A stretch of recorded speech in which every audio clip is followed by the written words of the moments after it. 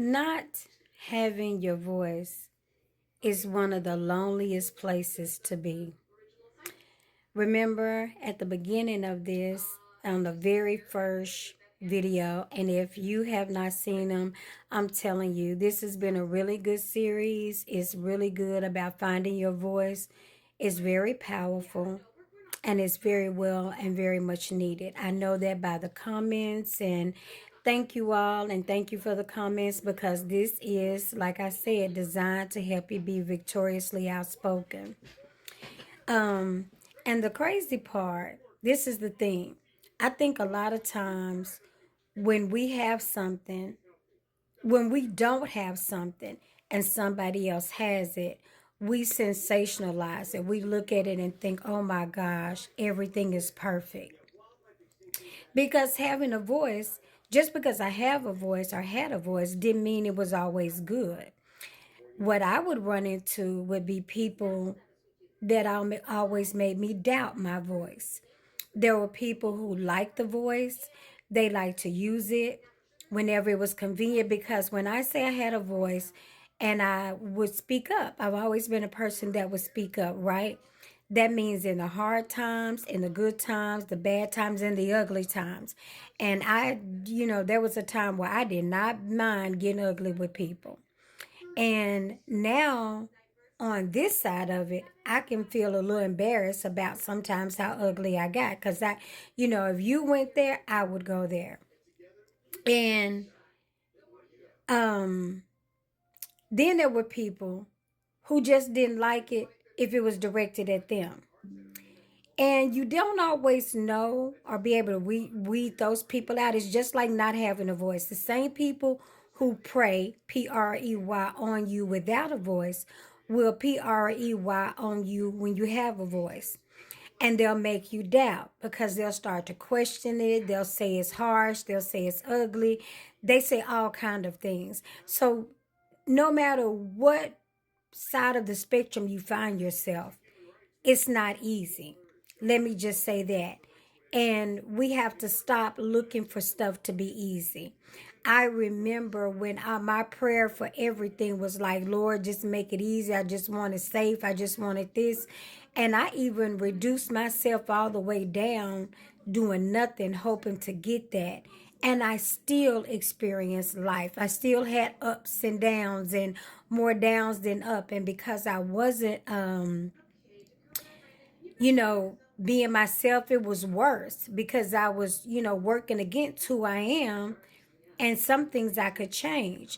That's the same way it is with your voice. So it doesn't matter what end you're on. Don't expect any of this to be easy.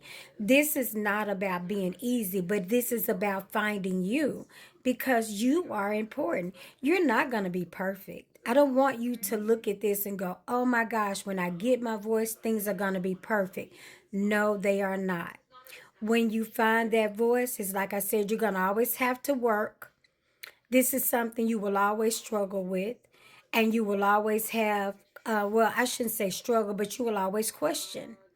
Very few things in life do you just walk through and say, I have no questions about it. Even the thing that you do the best, because you care about it, as soon as you begin to do it, you're going to always hope that it is the best, that everybody loves it, and that it's all good. That's literally what it means to care about what you do.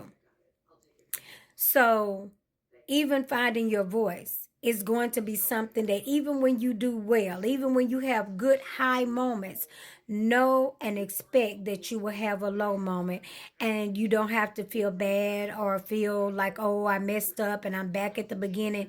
None of that. You are still powerful. You just keep on doing it. It's a everyday thing. It's just like life. Every day in life, we face something, and you don't know what it's going to feel like. You don't know what's going to happen, but you got to deal with it. So even with having a voice, and I remember people gave me such a hard time that after a while I stopped. I remember I went through a period of about 10 years where I started to yield not only my voice, but my mind to other people. because I was tired of making mistakes. And that's why I'm speaking to you about you're not going to be perfect. You know, my thought was I needed to just totally reinvent myself. But it's never about you reinventing you totally.